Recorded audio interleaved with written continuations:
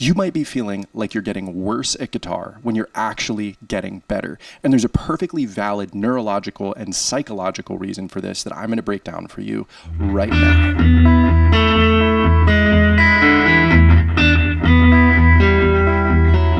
It's so important that we understand why we might be feeling like we're getting worse at guitar when we're actually getting better, because it will sap our motivation if we pick up the instrument and we feel like we're just falling down the hill and not actually climbing the mountain.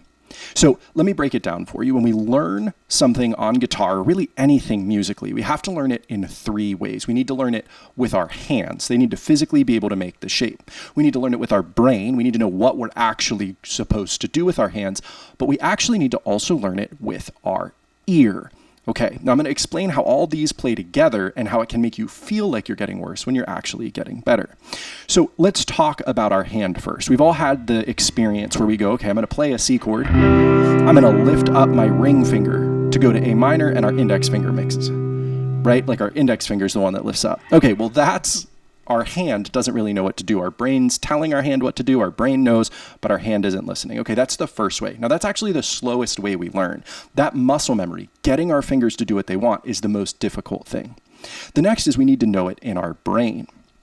So we need to know, hey, I need to lift my ring finger up to get that C to become an A minor. We need to know that. Now, some people get stuck here. They think they know it because they see the diagram, but they haven't really memorized it yet. But this isn't where I see most people get stuck, and it's a really simple solve. If you think you know a chord, but you have to look at a diagram to play it, you don't really know it. So we need to go back to the drawing board, make sure we really memorize it.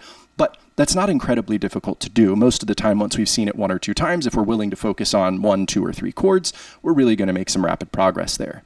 Now, we learn pretty quickly with our brain. It's much easier to memorize where your fingers need to be for a chord than to get them to actually do it every single time. Okay, so let's talk about learning with our ear, though. This is the part that most people leave off, and I don't really hear a lot of students or teachers really talking about this piece. When I grab this C chord, I need to know in my mind, before I strum it, what that chord's even going to sound like. But here's the thing. That's the easiest part. Once we hear the chord once, we kind of know where our fingers are supposed to go. Our brain, because we've heard it, knows what it's supposed to sound like. So our ear learns things way more quickly than our brain, and our brain more quickly than our hands. Okay, so how does this make us feel like we're getting worse when we're actually getting better?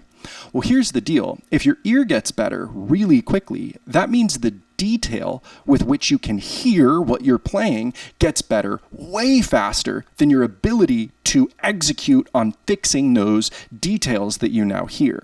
So when you first strum a chord, you might have all sorts of dead notes. You might have all sorts of muting. You might not even be in the right position, and the chord's kind of buzzy. But it's your first time playing it, and so your brain goes, great, we did it, check. But pretty soon, 10 minutes later, 20 minutes later, certainly 3 days later, you go to strum that same chord and you get all sorts of buzzing, and your brain goes, oh no, this isn't right. This isn't what I expected it to sound like, because your ear has gotten better. It knows exactly what the clean chord is supposed to sound like. Your brain has gotten better. Your brain probably even knows some things that you can do in terms of better finger position or adjusting your thumb or how you could make it sound better. But your hands are lagging behind and they're struggling to keep up. They can't actually do the thing that your ears and your brain are asking them to do. Here's the rub, though. The only solve for this is time playing the instrument. Just like in cooking, the most important ingredient is time, and learning guitar, the most important ingredient is time.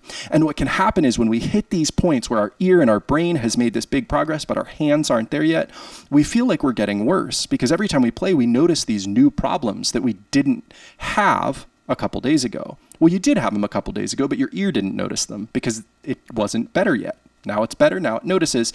Now's the time when your hands have the opportunity to catch up. This is when pulling the guitar out of the case, getting it tuned, and going ahead and playing is the absolute most important. And I just want to encourage you, if you're having that feeling, I feel like I'm getting worse, you're probably hearing in more detail than you ever have before, and you aren't actually getting worse. So, okay, what's the solve for this? How do I fix this motivation problem that comes up really early on for most players, but it also comes back again and again whenever we explore a new style or a new technique? Okay, here is the best way I've found. Your phone is essentially a recording studio. You have video, you have audio. You prop that sucker up And whenever you start something new, you take a video of yourself doing that. So maybe I'm starting a new song and I'm learning a couple new chords in a strumming pattern. I'm going to film myself playing that as best I can after the first day or two. I'm just capturing how honestly not great it is at the beginning. And then as I progress and as I get better and as I put things down, I'm going to record myself again.